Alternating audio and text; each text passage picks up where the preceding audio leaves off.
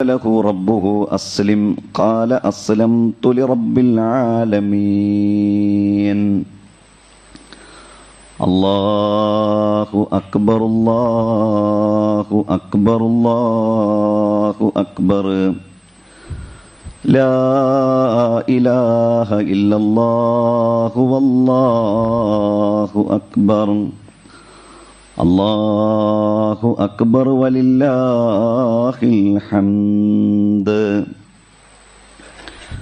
ഏറ്റവും ബഹുമാന്യരും ആദരണീയരുമായ സഹോദരന്മാരെ, സഹോദരികളെ, ജീവിതത്തിൽ അള്ളാഹുവിനെ സൂക്ഷിച്ചുകൊണ്ട് ജീവിക്കുകയും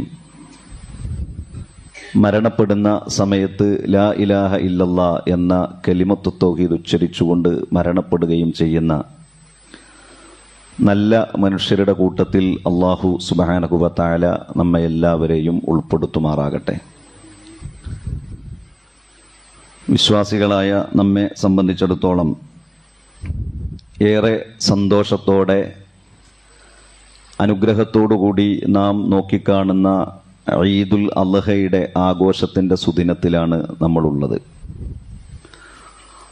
ഈദുൽ അദ്ഹ എന്നത് ത്യാഗത്തിൻ്റെ, ജീവിതത്തിൻ്റെ ഇഷ്ടങ്ങളെയും താല്പര്യങ്ങളെയും അള്ളാഹുവിൻ്റെ ഇഷ്ടത്തിനും അള്ളാഹുവിൻ്റെ താല്പര്യത്തിനും ത്യജിക്കേണ്ടതുണ്ട് എന്ന് ഓരോ വിശ്വാസിയെയും എല്ലാ സന്ദർഭങ്ങളെയും ഉണർത്തുന്ന മഹത്തായ ഒരു സന്ദേശം നൽകുന്ന ഇസ്ലാമിലെ രണ്ട് ആഘോഷങ്ങളിൽ ഒരാഘോഷമാണ്. മഹാനായ ഇബ്രാഹിം നബി അലൈഹിസ്സലാമയുടെയും മകനായ ഇസ്മായിൽ നബി അലൈഹിസ്സലാമയുടെയും, ഇബ്രാഹിം നബിയുടെ ഭാര്യയും ഇസ്മായിൽ നബി അലൈഹിസ്സലാമയുടെ മാതാവുമായ ഹാജറിൻ്റെയും ജീവിത ചരിത്രത്തെ ഒരു മാസത്തോളമായി നാം ഓർക്കുകയും ചർച്ച ചെയ്യുകയും ചെയ്തു. എന്താണ് ഇബ്രാഹിം നബി അലൈഹിസ്സലാമയുടെയും ഇസ്മായിൽ നബി അലൈഹിസ്സലാമയുടെയും ഹാജറിൻ്റെയും ജീവിത ചരിത്രം? രണ്ട് പ്രവാചകന്മാർ, അതിൽ ഇബ്രാഹിം നബിയുടെ ഭാര്യയും ഇസ്മായിൽ നബിയുടെ മാതാവും ജീവിതത്തിൽ പരീക്ഷണങ്ങൾ മാത്രം, പ്രതിസന്ധികൾ മാത്രം അനുഭവിച്ച ചരിത്രമാണ് അവരുടെ ചരിത്രത്തിലുള്ളത്. ഇബ്രാഹിം നബിയുടെയും കുടുംബത്തിൻ്റെയും ചരിത്രം ആലോചിക്കുമ്പോൾ ഒരു സന്തോഷത്തിൻ്റെ ഒരവസരം അവരുടെ ജീവിതത്തിൽ വന്നിട്ടുണ്ടോ? തൊട്ടടുത്ത് സങ്കടത്തിൻ്റെ, പരീക്ഷണത്തിൻ്റെ, അതിന് വിധേയമായിട്ടുള്ള ചരിത്രമാണ് അവരുടെ ചരിത്രങ്ങൾ വായിക്കുമ്പോൾ നമുക്ക് കാണാൻ സാധിക്കുന്നത്. അവിടെയൊക്കെ സ്വാഭാവികമായി അവരുടെ ജീവിതത്തിലെ ചില ഇഷ്ടങ്ങളും താല്പര്യങ്ങളും ഉണ്ടായിരുന്നു.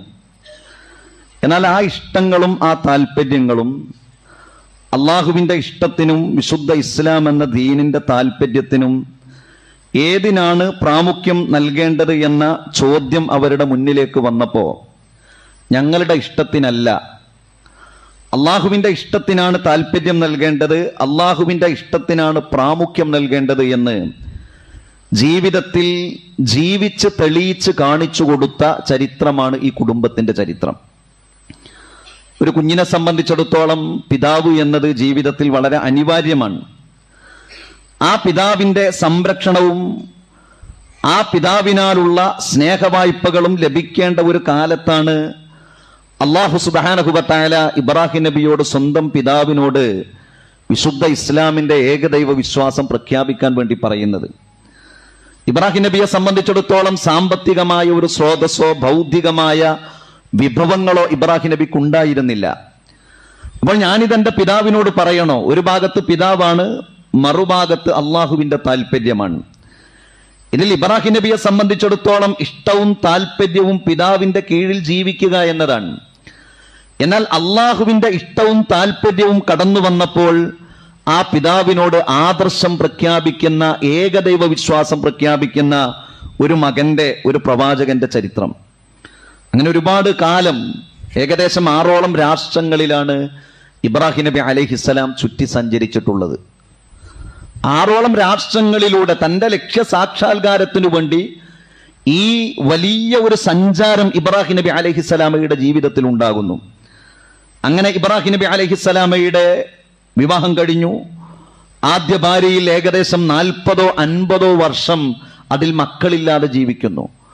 അങ്ങനെയാണ് ഈജിപ്തിൽ വെച്ചുകൊണ്ട് ഒരു രാജാവ് ഹാജറിനെ സമ്മാനിക്കുന്നത്.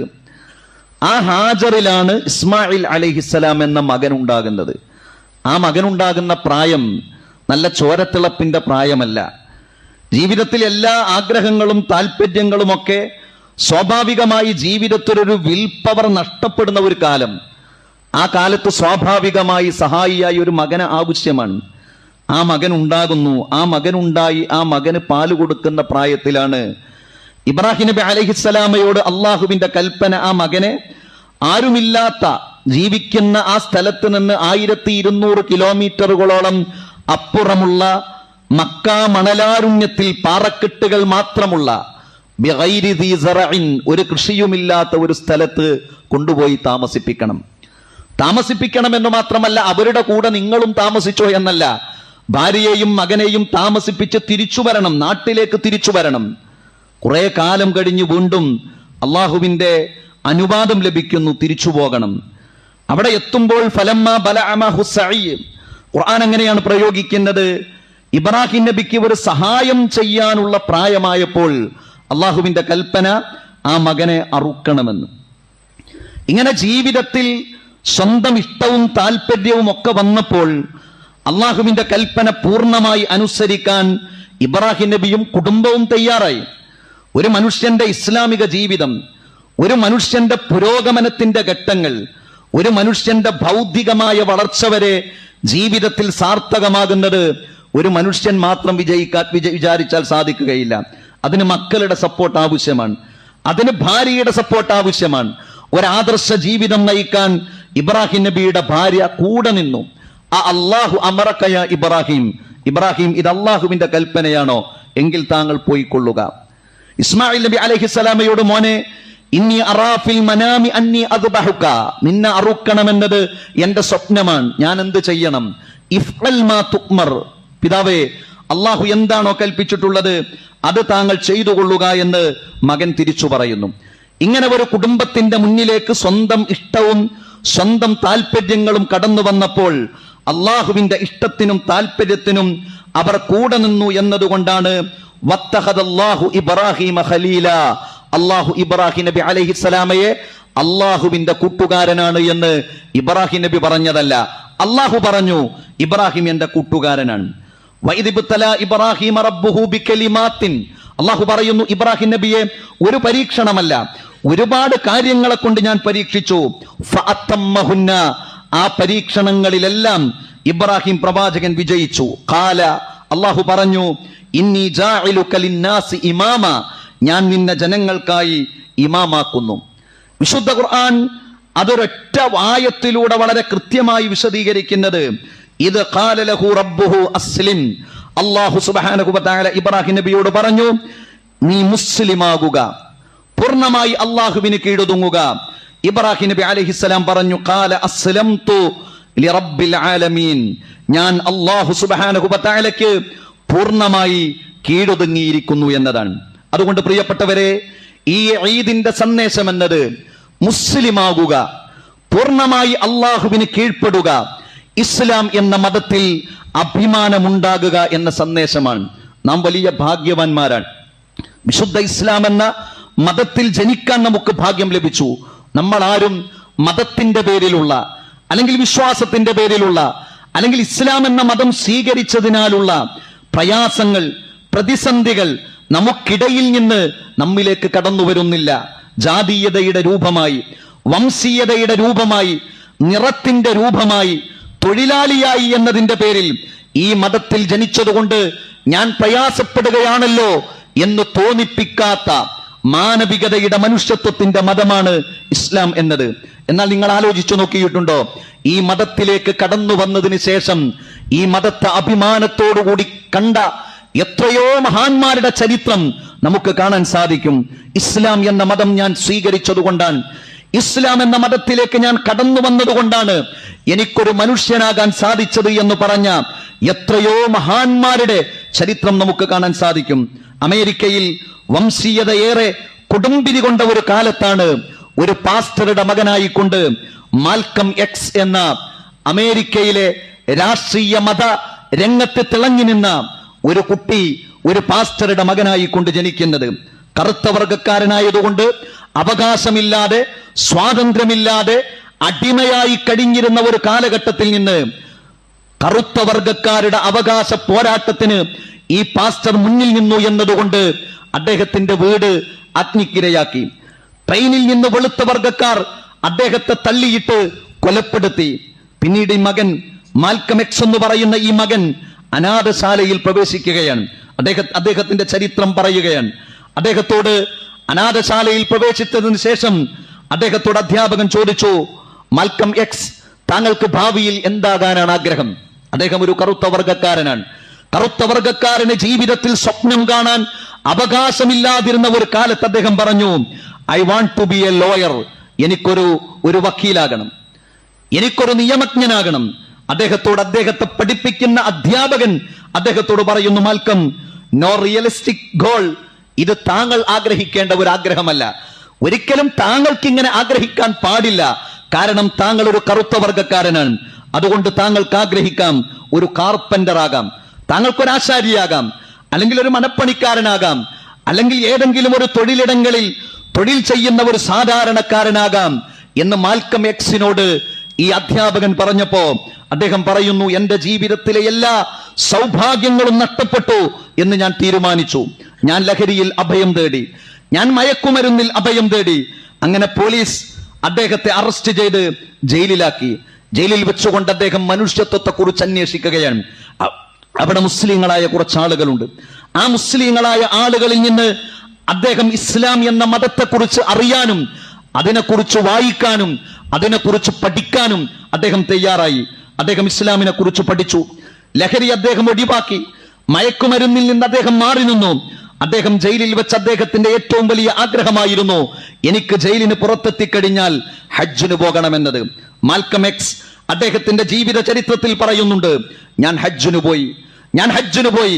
ലക്ഷക്കണക്കിന് ആളുകൾ, തൊഴിലാളിയും മുതലാളിയുമില്ല മുള്ള, രാജാവും പ്രജകളുമുള്ള, അവിടെ ചുവപ്പും കറുപ്പും വെളുപ്പുമുള്ള മനുഷ്യരെ ഞാൻ കണ്ടു. ഒരേ വേഷത്തിൽ ഒരേ സ്ഥലത്ത് മുസ്ദലിഫയടക്കമുള്ള സ്ഥലങ്ങളിൽ പായ വിരിച്ചുകൊണ്ട് രാജാവോ പ്രജയോ എന്ന് വ്യത്യാസമില്ലാതെ, സൗദി അറേബ്യക്കാരനോ നൈജീരിയക്കാരനോ എന്ന് വ്യത്യാസമില്ലാതെ, അടിമയോ ഉടമയോ എന്ന് വ്യത്യാസമില്ലാതെ, നിറത്തിന്റെ വകഭേദങ്ങളില്ലാതെ എല്ലാവരും മനുഷ്യരായി ഒന്നിച്ച് കഴിയുന്ന ആ ദിവസങ്ങൾ എന്റെ മനസ്സിലേക്ക് എന്നെ കൊണ്ടെത്തിച്ചത് മനുഷ്യന്റെ ചുവപ്പോ മനുഷ്യന്റെ കറുപ്പോ മനുഷ്യന്റെ വെളുപ്പോ അല്ല. മനുഷ്യനെ തീരുമാനിക്കുന്നത് മനുഷ്യന്റെ തൊലിയല്ല. മാനവികതയെ തീരുമാനിക്കുന്നത് മനുഷ്യ മനസ്സിനകത്തുള്ള മനുഷ്യത്വമാണ്. യാ അയ്യുഹന്നാസ് ഇന്നാ ഖലഖനാകും മിൻ ദക്കരിൻ വ ഉൻസ വജഅൽനാകും ശുഊബൻ വഖബായില ലിതആറഫു ഇന്ന അക്രമകും ഇൻദല്ലാഹി അത്ഖാകും. ഹേ മനുഷ്യരെ, നിങ്ങളെ ഞാൻ വിവിധ ഗോത്രങ്ങളും വിവിധ വിഭാഗങ്ങളുമാക്കിയിട്ടുള്ളത് അത് നിങ്ങളെ തിരിച്ചറിയാനാണ്. നിങ്ങളുടെ കൂട്ടത്തിൽ ഏറ്റവും ഉത്തമൻ അവൻ അല്ലാഹുവിനോട് കൂടുതൽ അടുക്കുന്നവനാണ് എന്ന സന്ദേശം അദ്ദേഹത്തിന്റെ ജീവിതത്തിലേക്ക് കടന്നു വരുന്നു. പ്രിയപ്പെട്ടവരെ, ഞാൻ സൂചിപ്പിച്ചത് മുസ്ലിമായതിന്റെ പേരിൽ, ഇസ്ലാമിലേക്ക് കടന്നു വന്നതിന്റെ പേരിൽ, ഈ മതത്തിന്റെ മാനവികത കണ്ടറിഞ്ഞ, സുരക്ഷിതത്വം അനുഭവിച്ചറിഞ്ഞ, മനുഷ്യത്വമുള്ള, മനുഷ്യപ്പറ്റുള്ള, സ്നേഹവും കരുണയുമുള്ള ഒരു മതമാണ് എന്ന് തിരിച്ചറിയാൻ ലോകത്തെ മഹാന്മാർക്ക് സാധിച്ച ഒരു മതത്തിലാണ് നാം പെറ്റുവീണിട്ടുള്ളത്. ഈ മതമെന്നത് നമുക്ക് സുരക്ഷിതത്വമാണ്. നമ്മുടെ വിശ്വാസം എന്നത് നമുക്ക് സുരക്ഷിതത്വമാണ് ഏകദൈവ വിശ്വാസം എന്നത്. അതുകൊണ്ടാണ് യാക്കൂബ് നബി അലൈഹിസ്സലാം മരണപ്പെടാൻ കിടക്കുന്ന സന്ദർഭത്തിൽ മക്കളോട് ചോദിക്കുന്നുണ്ട്, അം കുൻതും ശുഹദാഅ ഇദ് ഹളറ യഅഖൂബൽ മൗത്ത് ഇദ് ഖാല ലിബനീഹി മാ തഅബുദൂന മിൻ ബഅദി. മനുഷ്യന് സമ്പത്തുണ്ടായതുകൊണ്ട് കാര്യമില്ല, മനുഷ്യന് അധികാരമുണ്ടായതുകൊണ്ട് കാര്യമില്ല. സമ്പത്തും അധികാരവും ഈ ഭൗതികമായ വിഭവങ്ങളൊക്കെ ഉണ്ടെങ്കിലും മനുഷ്യ ജീവിതത്തിൽ യഥാർത്ഥത്തിലുള്ള വിശ്വാസമില്ലെങ്കിൽ ആ മനുഷ്യൻ പതനത്തിലേക്ക് അടുക്കും. അതുകൊണ്ടാണ് മരണപ്പെടാൻ കിടക്കുന്ന സന്ദർഭത്തിൽ പോലും സ്വത്തിനെ കുറിച്ചോ ഐഹിക ജീവിതത്തെക്കുറിച്ചോ ഭൗതിക വിഭവങ്ങളെ കുറിച്ചോ അല്ല ഒരു പിതാവ് ചോദിക്കുന്നത്. ഇത് ഖാലലി ബനീഹി, മക്കളോട് ചോദിച്ചു, മാ തഅബുദൂന മിൻ ബഅദി, മക്കളെ, എനിക്ക് ശേഷം നിങ്ങൾ ആരെയാണ് വിളിച്ച് പ്രാർത്ഥിക്കുക? ഖാലു, അവർ പറഞ്ഞു, നഅബുദു ഇലാഹക വ ഇലാഹ ആബായിക ഇബ്രാഹീമ വ ഇസ്മാഈല വ ഇസ്ഹാഖ ഇലാഹം വാഹിദ വനഹ്നു ലഹു മുസ്ലിമൂൻ. ഞങ്ങൾ ഇബ്രാഹിം നബിയുടെ, ഇസ്മായിൽ നബിയുടെ, ഇസ്ഹാഖ് നബി അലൈഹിസ്സലാം ഇവരെല്ലാം വിളിച്ചു പ്രാർത്ഥിച്ചാരാധിച്ച ഏകദൈവത്തെയാണ് ഞങ്ങൾ വിളിച്ചു പ്രാർത്ഥിക്കുക. വനഹ്നു ലഹു മുസ്ലിമൂൻ, ഞങ്ങൾ മുസ്ലിമായി കൊണ്ട് ജീവിക്കുമെന്നവർ പറഞ്ഞു. പ്രിയപ്പെട്ടവരെ, ഏകദൈവ വിശ്വാസത്തിന്റെ നിർഭയത്വം, ഏകദൈവ വിശ്വാസത്തിന്റെ തൗഹീദിന്റെ നിർഭയത്വം ലഭിക്കാത്തത് കൊണ്ടാണ് നമ്മുടെ കേരളത്തിൽ പോലും മനുഷ്യരുടെ മാംസം പച്ചക്കെടുത്ത് ചട്ടിയിലിട്ട് വറുത്ത് കടിച്ചവരവസ്ഥയുണ്ടായത്. മനുഷ്യ മാംസം കടിക്കാനുള്ള ആഗ്രഹം കൊണ്ടല്ല, ജീവിതത്തിലേക്ക് ഐശ്വര്യമുണ്ടാകാനാണ്. 698 പവൻ ഞാൻ വർദ്ധിപ്പിച്ചു തരാം എന്ന് ഒരു ചൂഷണക്കാരനായ ഒരു പുരോഹിതൻ വന്ന് പറഞ്ഞപ്പോഴേക്ക് അത് നൽകാനും അതിനാൽ കൊലപാതകത്തിലേക്ക് എത്താനും കാരണമായി തീർന്നത് ഏകദൈവ വിശ്വാസം ജീവിതത്തിൽ നഷ്ടപ്പെട്ടതുകൊണ്ടാണ്. കുഞ്ഞ് ജനിച്ചതിന് ശേഷം 5 ബാങ്ക് കൊടുത്തതിന് ശേഷം കുഞ്ഞിന് പാല് കൊടുത്താൽ മതി എന്നൊരു പുരോഹിതൻ പറഞ്ഞപ്പോ അതിന് തയ്യാറാകാനുണ്ടായ കാരണം ഏകദൈവ വിശ്വാസം ജീവിതത്തിൽ ഇല്ലാത്തത് കൊണ്ടാണ്. പ്രിയപ്പെട്ടവരെ, അതുകൊണ്ട് ഈദിന്റെ ഏറ്റവും വലിയ സന്ദേശം എന്നത് ഏകദൈവ വിശ്വാസത്തിൽ അചഞ്ചലമായി, പിതാവ് കൂടെയില്ലെങ്കിലും നാട്ടുരാജാവ് കൂടെയില്ലെങ്കിലും ആരൊപ്പമില്ലെങ്കിലും എന്റെ വിശ്വാസത്തെ ഞാൻ അടിയറ വെക്കാൻ തയ്യാറല്ല എന്ന ആദർശത്തിന്റെ ജീവിതമാണ് ഈ ഈദിന്റെ സന്ദേശം. ഇസ്ലാമിന്റെ മുഴുവൻ നിയമങ്ങളും നമ്മുടെ ജീവിതത്തിൽ നമുക്ക് സുരക്ഷിതത്വം നൽകുന്നതാണ്. നമ്മൾ ആലോചിച്ചു നോക്കൂ, പുതിയ ചെറുപ്പത്തെ സംബന്ധിച്ചിടത്തോളം അവർ ലഹരിയിൽ അഭിരമിക്കുന്ന അപകടകരമായ ഒരു കാലത്താണുള്ളത്. പ്രിയപ്പെട്ട ചെറുപ്പക്കാരെ, ഈ കാലത്തോളം ആസ്വദിക്കാൻ പറ്റിയ, അനുവദനീയമായി ആസ്വദിക്കാൻ പറ്റിയ, ഹലാലായി ആസ്വദിക്കാൻ പറ്റിയ ഒരു കാലം നമ്മുടെ മുൻപിൽ വേറെയില്ല. നമുക്ക് ആസ്വദിക്കാൻ എത്ര വഴിയുണ്ട്. നമുക്കൊരു ജീവിതമുണ്ട്, നമുക്കാരോഗ്യമുണ്ട്, നമുക്ക് സമ്പത്തുണ്ട്, നിർഭയത്വമുള്ള ഒരു നാടുണ്ട്. ഈ നാട്ടിൽ ജീവിതമാണ് ലഹരി എന്നത്, ജീവിതമാണ് ആസ്വദിക്കേണ്ടത്. തന്റെ ബോധം നഷ്ടപ്പെട്ടുകൊണ്ട് ലഹരിയിൽ അഭിരമിക്കുന്ന ഒരു ചെറുപ്പക്കാരൻ ഒരിക്കലും യഥാർത്ഥത്തിലുള്ള ആസ്വാദനത്തെ കണ്ടെത്തുന്നില്ല. അതുകൊണ്ടാണ് ഇസ്ലാം പറഞ്ഞത് ലഹരി എന്നത് ജീവിതത്തിൽ നിന്ന് ഒഴിവാക്കണമെന്നത്. നമ്മുടെ ജീവിതത്തിൽ നാം ഏത് മേഖലയിൽ എത്തിപ്പെട്ടാലും, നമ്മൾ ആരായാലും, നമുക്കെത്രത്തോളം പ്രൗഢിയും പ്രതാപവും ഉണ്ടെങ്കിലും, നമുക്കെത്രത്തോളം അധികാരവും സ്വാധീനവും ഉണ്ടെങ്കിലും, ഈ മതത്തെ ഉപേക്ഷിച്ചുകൊണ്ട്, മതത്തിന്റെ നിയമങ്ങളെ ഉപേക്ഷിച്ചുകൊണ്ട് നമ്മളൊരു ജീവിതം നയിച്ചാൽ അത് നമ്മുടെ ജീവിതത്തിലെ നാശമാണ് എന്ന് നാം തിരിച്ചറിയണം. അതുകൊണ്ട് നമ്മുടെ മതത്തെ അഭിമാനത്തോടു കൂടി കാണാൻ നമുക്ക് സാധിക്കേണ്ടതുണ്ട്. ദക്ഷിണാഫ്രിക്ക എന്ന് പറയുന്ന ഒരു രാജ്യത്ത്, ആ രാജ്യത്തെ വളരെ പ്രധാനപ്പെട്ട ഒരു ക്രിക്കറ്റ് താരം, ഓപ്പണിംഗ് ബാറ്റ്സ്മാൻ ഹാഷിം അംല, എല്ലാവരും ആദരിക്കുന്ന, എല്ലാവരും ബഹുമാനിക്കുന്ന ഒരു ഇസ്ലാമിക രാജ്യത്തല്ല അദ്ദേഹം ജീവിക്കുന്നത്. അദ്ദേഹത്തോട് മാനേജ്മെന്റ് ഒരിക്കൽ പറഞ്ഞു, കാസൽ ലാഗർ എന്ന് പറയുന്ന ഒരു മദ്യ കമ്പനിയുടെ ജേഴ്സി അണിഞ്ഞുകൊണ്ട് എല്ലാ ആളുകളും ഗ്രൗണ്ടിൽ പ്രവേശിക്കണമെന്നത്. ഹാഷിം അംല പറഞ്ഞു, as a Muslim I cannot promote alcohol.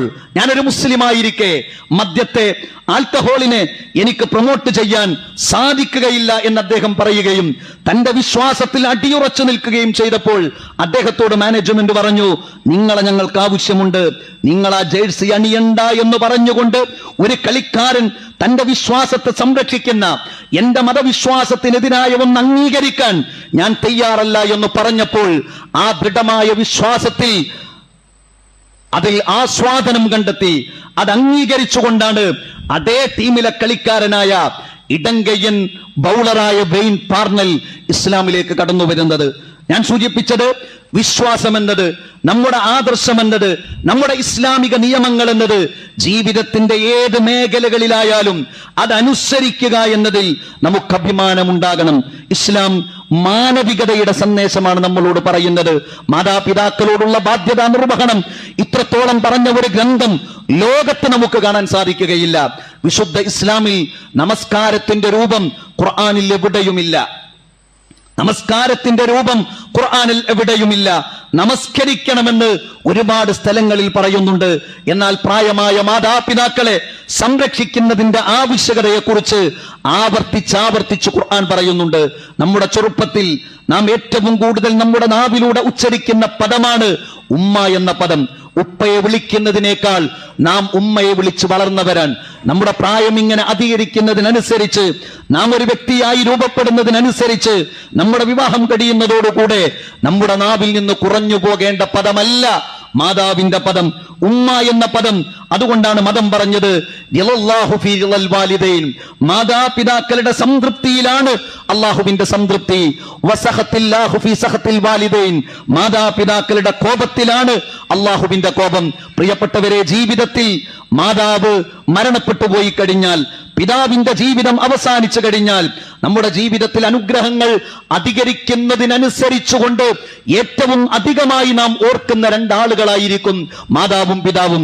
അതുകൊണ്ട് നമ്മുടെ തിരക്കുകൾക്കിടയിൽ, നമ്മുടെ കുടുംബ ജീവിതത്തിനിടയിൽ, നമ്മുടെ സാമ്പത്തിക സ്രോതസ് കണ്ടെത്തുന്നതിനിടയിൽ നാം മനസ്സിലാക്കേണ്ട, നാം തിരിച്ചറിയേണ്ട, നാം അവകാശം നൽകേണ്ട രണ്ടുപേരാണ് നമ്മുടെ മാതാപിതാക്കൾ. ലോകത്ത് വിജയിച്ച, ഏത് രംഗത്ത് വിജയിച്ച ആളുകളെയും നിങ്ങൾ എടുത്ത് പരിശോധിച്ചു നോക്കൂ. അവരുടെ ഇന്റർവ്യൂ നിങ്ങൾ കണ്ടു നോക്കൂ. അവരോടുള്ള സംസാരം നമ്മളൊന്ന് കേട്ടു നോക്കൂ. അവരുടെ ജീവിതത്തിൽ വിട്ടുപോകാത്ത രണ്ട് പേരുകളായിരിക്കും മാതാവിന്റെയും പിതാവിന്റെയും പേരുകൾ. അവരുടെ കൂടെയുള്ള ഓർമ്മകൾ, അവരുടെ അവരുടെ കൂടെയുള്ള സ്നേഹത്തോടെയുള്ള വളർച്ച. അതുകൊണ്ട് നമ്മുടെ ജീവിതത്തിൽ ഈ ലോകത്ത് നമുക്ക് വളരണോ, നമുക്ക് വലുതാകണോ, നമുക്ക് ഭൗതികമായ വിഭവങ്ങളിൽ വളർച്ചയുണ്ടാകണോ, അവിടെ വരെ നമ്മുടെ മാതാപിതാക്കൾ മരണപ്പെട്ടു പോകുന്നതിന്റെ മുൻപ് അവരോട് മാന്യമായി വർത്തിക്കാൻ, അവർ മരിക്കുന്ന സമയത്ത് പോലും എന്റെ കുട്ടി, എന്റെ മോൻ എന്ന് പറഞ്ഞ് ഓരോരുത്തരെയും കുറിച്ച് വിചാരമുണ്ടായാൽ, അവരുടെ വൈകാരികമായ പ്രാർത്ഥനയുണ്ടായാൽ, അത് നമ്മുടെ ജീവിതത്തിൽ സന്തോഷവും സമാധാനവും ഇരു ലോകത്തും നമുക്ക് പ്രദാനം ചെയ്യും. വിധവകൾ ഓരോ സ്ത്രീകളും ആലോചിക്കേണ്ടതാണ്. ഒരു ഭർത്താവ് എന്ന് പറഞ്ഞാൽ ഒരു സ്ത്രീയെ സംബന്ധിച്ചിടത്തോളം അവരുടെ ജീവിതത്തിലെ അഭിമാനമാണ്. എത്രയോ സ്ത്രീകൾ വളരെ ചെറിയ കാലത്ത് തന്നെ വിധവകളായിട്ടുണ്ട്. അതുകൊണ്ടാണ് മതം പറഞ്ഞത്, നിങ്ങൾക്ക് ജിഹാദ് ചെയ്യണം. ആ ജിഹാദ് വാളുകൊണ്ടല്ല, കുന്തം കൊണ്ടല്ല, ബോംബ് കൊണ്ടല്ല. പാവപ്പെട്ടവന്റെ വിധവയുടെ കാര്യത്തിൽ നിങ്ങൾ കഠിനാധ്വാനം ചെയ്താൽ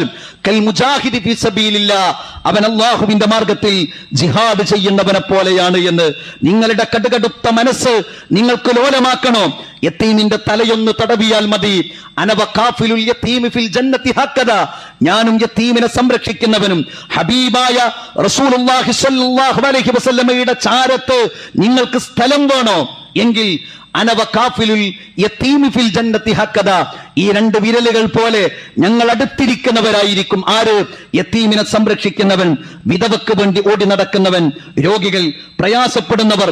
ജീവിതത്തിലെ എല്ലാ സന്തോഷവും അവസാനിക്കാൻ ഒരൊറ്റ ടെസ്റ്റ് വന്നാൽ മതി. ആ ടെസ്റ്റിന് വലിയ പണം ആവശ്യമുണ്ടാകില്ല. അതിനേക്കാൾ 10,000 ഇരട്ടി പണം നമ്മുടെ അക്കൗണ്ടിൽ ഉണ്ടാകാം. എന്നാൽ ഒരു 10,000 രൂപയുടെ ടെസ്റ്റ് അത് വന്ന് നിങ്ങൾക്ക് ക്യാൻസർ ആണ് കേട്ടോ, കിഡ്നി നഷ്ടപ്പെട്ടിട്ടുണ്ട് കേട്ടോ, മാരകമായ രോഗമാണ് കേട്ടോ, ഡയാലിസിസിലേക്ക് നീങ്ങേണ്ടതുണ്ട് കേട്ടോ, റേഡിയേഷന് വിധേയമാകേണ്ടതുണ്ട് കേട്ടോ എന്ന് കേട്ടാൽ തകർന്നു പോകുന്ന ഒന്നാണ് നമ്മുടെ ദുനിയാവ്. അതുകൊണ്ട് നമുക്ക് ദുനിയാവ് മാത്രം പോരാ. രോഗികളായ, കഷ്ടപ്പെടുന്ന, പിതാവ് നഷ്ടപ്പെട്ട വിധവകളായ ആളുകൾ, ആ ആളുകളെ അംഗീകരിക്കാനും അവർക്ക് സഹായം ചെയ്യാനും ഇല്ലാത്തവന്റെ കൂടെ നിൽക്കാനും ഈ പെരുന്നാൾ നമുക്ക് സാധിക്കേണ്ടതുണ്ട്. അയൽവാസികൾ അവർ നിസ്സാരക്കാരല്ല. നമ്മൾ എത്ര തിരക്കുള്ളവരാണെങ്കിലും, അവർ ഏത് മതത്തിൽപ്പെട്ടവരാണെങ്കിലും അവർ നമ്മുടെ അയൽവാസികളാണ്. അയൽവാസികളിൽ മതം ഇസ്ലാം പറയുന്നില്ല, എവിടെയും പറയുന്നില്ല. അൽ ജാർ എന്നാണ് അയൽവാസി. ആ അയൽവാസിയെ കുറിച്ച് ജിബ്രീൽ അലൈഹിസ്സലാം പ്രവാചകന്റെ അടുത്ത് വന്നു. അയൽവാസിയോടുള്ള ബാധ്യതയെ കുറിച്ച് പറഞ്ഞുകൊണ്ടേയിരുന്നു. അള്ളാഹുവിന്റെ റസൂൽ പറഞ്ഞു, എനിക്ക് തോന്നിപ്പോയി ഞാനെങ്ങാനും എന്റെ അനന്തര സ്വത്തിൽ നിന്ന് അയൽവാസിക്ക് എടുത്തു കൊടുക്കേണ്ടി വരുമോ എന്ന് തോന്നിപ്പോയി. അൽ മുസ്ലിമു മൻ സലിമൽ മുസ്ലിമൂന മിൻ ലിസാനിഹി വയദിഹി. ഒരു മുസ്ലിം എന്ന് പറഞ്ഞാൽ അവൻ മുസ്ലിമാണ് എന്ന് പറയേണ്ടത് അവന്റെ അയൽപ്പക്കത്ത് ജീവിക്കുന്നവനാണ്. അവന്റെ കൈകൊണ്ട്, നാവുകൊണ്ട് സുരക്ഷിതനായിരിക്കും അയൽവാസി എന്ന് പ്രവാചകൻ സല്ലല്ലാഹു അലൈഹി വസല്ലമ പറഞ്ഞു. പ്രിയപ്പെട്ടവരെ, നാം ജീവിക്കുന്ന രാജ്യം ഇത് അഭിമാനകരമായ ഒരു രാജ്യമാണ്. ഇതാ ഞാൻ നിങ്ങളോട് ഈ പറയുന്ന സംസാരം ഒരു ഗവൺമെന്റ് എഴുതി തന്നതല്ല. മാന്യമായി സംസാരിക്കാൻ, ഈ രാജ്യത്തിന്റെ കൂടെ നിൽക്കാൻ, ഈ രാജ്യത്തിൽ നിർഭയത്വം ഉണ്ടാകാൻ, ഇവിടെ മനുഷ്യത്വം പറയാൻ, പൂർണ്ണമായി അധികാരമുള്ള, അവകാശമുള്ള, സ്വാതന്ത്ര്യമുള്ള ഈ രാജ്യത്ത് ഒരു മുസ്ലിമിന്റെ ജീവിതം കൊണ്ട് ഈ രാജ്യത്തൊരു പ്രശ്നമുണ്ടാകരുത്. ഇബ്രാഹിം നബിയുടെ ഒരു പ്രാർത്ഥനയുണ്ട്. അത് കുടുംബത്തിന് വേണ്ടി മാത്രമല്ല, അത് പരലോകത്തിന് വേണ്ടി മാത്രമല്ല, അത് സ്വർഗത്തിന് വേണ്ടി മാത്രമല്ല. വഇദ് ഖാല ഇബ്രാഹിമു റബ്ബി ജഅൽ ഹാദാ ബലദൻ ആമിന, അല്ലാഹുവേ ഈ മക്കയെ നീ നിർഭയത്വമുള്ള ഒരു നാടാക്കണം റബ്ബേ. വർസഖ് അഹ്ലഹു മിനസ് സമറാത്തി മൻ ആമന ബില്ലാഹി വൽ യൗമിൽ ആഖിർ. ഇബ്രാഹിം നബി പ്രാർത്ഥിക്കുന്ന, അല്ലാഹുവേ ഇതിൽ നിന്നുള്ള കായ്ക്കനികൾ അല്ലാഹുവിലും അന്ത്യദിനത്തിലും വിശ്വസിക്കുന്നവർക്ക് നീ നൽകണം റബ്ബേ എന്ന് പറഞ്ഞപ്പോ അല്ലാഹു ഇബ്രാഹിം നബിയെ തിരുത്തി. അങ്ങനെയല്ല ഇബ്രാഹിം പറയേണ്ടത്. അള്ളാഹുവിലും അന്ത്യദിനത്തിലും വിശ്വസിക്കുന്നവർക്ക് ഇതിലെ കായ്ക്കനികളും ഫലങ്ങളും വിഭവങ്ങളും നൽകണമെന്നല്ല പ്രാർത്ഥിക്കേണ്ടത്. ഖാല വമൻ കഫറ, എന്നെ നിഷേധിക്കുന്നവർക്കും അത് ഞാൻ നൽകുമെന്നാണ്. അപ്പോൾ വിശ്വാസികൾക്ക് വേണ്ടി മാത്രമുള്ള ഈ ദുനിയാവിന്റെ, ഈ ലോകത്തിന്റെ, രാജ്യത്തിന്റെ പ്രാർത്ഥനയിൽ ഇബ്രാഹിം നബി അള്ളാഹു തിരുത്തുകയാണ്. അല്ല, എല്ലാവരും മനുഷ്യരാണ്, അവരുടെ തെറ്റുകുറ്റങ്ങൾ ഞാനാണ് പരിശോധിക്കുക, പരലോകത്താണ് വിചാരണ നടത്തുക എന്നതാണ് ഇസ്ലാം പറയുന്നത്. അതുകൊണ്ട് ഈ രാജ്യത്തിന്റെ സ്നേഹം, സൗഹൃദം, ഇതിലെ സമഭാവന, മനുഷ്യരോട് മാന്യമായി പെരുമാറാൻ ഈ രാജ്യത്ത് ജീവിക്കുമ്പോൾ നമുക്ക് സാധിക്കേണ്ടതുണ്ട്. പ്രിയപ്പെട്ടവരെ, നാം ഇവിടെ ആഘോഷിക്കുമ്പോൾ ഫലസ്തീനിലെ മുസ്ലിങ്ങൾ എത്രയോ കാലമായി യഥാർത്ഥത്തിൽ ആഘോഷമെന്നത് അവർ അറിഞ്ഞിട്ടേയില്ല. നാം ആരോഗ്യത്തോടുകൂടി ഇരിക്കുമ്പോൾ കൈകളില്ലാത്ത, കാലുകളില്ലാത്ത, കണ്ണുകളില്ലാത്ത, മാതാപിതാക്കളില്ലാത്ത ഒരു കുടുംബത്തിൽ നിന്ന് തന്നെ പൂർണ്ണമായി ആളുകൾ നഷ്ടപ്പെട്ടു പോകുന്ന മനുഷ്യരാണ് ഭയന്നുകൊണ്ട്, ബോംബിനെ ഭയന്നുകൊണ്ട് ജീവിക്കുന്ന ഫലസ്തീൻ എന്ന ഒരു നാടുണ്ട്. ഒരു വർഷം കൊണ്ട് തന്നെ ഏകദേശം 17,000-ലധികം കുട്ടികൾ, അവർക്ക് പരിക്ക് പറ്റിക്കഴിഞ്ഞാൽ ഹോസ്പിറ്റലിലാകുന്ന ഹോസ്പിറ്റലുകൾ 94% പൂർണ്ണമായി നശിച്ചിട്ടുള്ള, ഭക്ഷണവും വെള്ളവും ആ ഫലസ്തീനികൾക്ക് ഉപരോധിച്ചിട്ടുള്ള വളരെ പ്രയാസകരമായ, സങ്കടകരമായ അവസ്ഥയിലാണ് യഥാർത്ഥത്തിൽ ഫലസ്തീനികൾ ജീവിക്കുന്നത്. വിശുദ്ധ ഇസ്ലാം എന്ന മതത്തിന്റെ, വിശ്വാസത്തിന്റെ ദൃഢത ഫലസ്തീനികളിലേക്ക് നോക്കിയാൽ മതി. ഫലസ്തീനിൽ നിന്ന് ആത്മഹത്യയുടെ വാർത്തകൾ നമുക്ക് കാണാൻ കഴിയില്ല. ഒരാളും അവിടെ ആത്മഹത്യ ചെയ്തിട്ടില്ല. പ്രിയപ്പെട്ടവരെ, നമ്മുടെ പ്രാർത്ഥന ഫലസ്തീൻ എന്ന രാജ്യം തിരിച്ചു വരുമെന്നത് പ്രവാചകന്റെ പ്രഖ്യാപനമാണ്. തിരിച്ചുവരും, ആ രാജ്യം തിരിച്ചുവരും. അവർ നിർഭയത്വത്തോടുകൂടി ജീവിക്കും. അവർ സ്നേഹം പകർന്നു നൽകിയവരാണ്. ലോകത്ത് നിന്ന് എല്ലാവരും അട്ടിപ്പായിപ്പിച്ച ജൂതന്മാരെ ഇങ്ങോട്ട് വന്നോളൂ, ഞങ്ങൾ സംരക്ഷിക്കാമെന്ന് പറഞ്ഞുകൊണ്ട് സംരക്ഷണം നൽകിയവരാണ് ആ ഫലസ്തീനികൾ. ആ ഫലസ്തീനികൾക്ക് വേണ്ടി നാം ആത്മാർത്ഥമായി പ്രാർത്ഥിക്കേണ്ടതുണ്ട്. ഈ പെരുന്നാളിന്റെ സന്ദേശം എന്നത് നമ്മുടെ വിശ്വാസത്തിന്റെ, നമ്മുടെ കർമ്മത്തിന്റെ, നമ്മുടെ പ്രവർത്തനങ്ങളിൽ അള്ളാഹുവിന്റെ ഇഷ്ടവും താല്പര്യവും പരിഗണിച്ചുകൊണ്ട് മുഴുവൻ മനുഷ്യരെയും ആദരിക്കാനും അവർക്ക് അംഗീകാരം നൽകാനും കരുണയോടെ, സ്നേഹത്തോടെ, സൗഹൃദത്തോടുകൂടി ജീവിക്കാൻ കഴിയുന്ന ഒരാഘോഷമാക്കി ഓരോ മുസ്ലിമും ഈ ആഘോഷത്തെ മാറ്റേണ്ടതുണ്ട്. അല്ലാഹു സുബ്ഹാനഹു വ തആല നമ്മെ അനുഗ്രഹിക്കുമാറാകട്ടെ.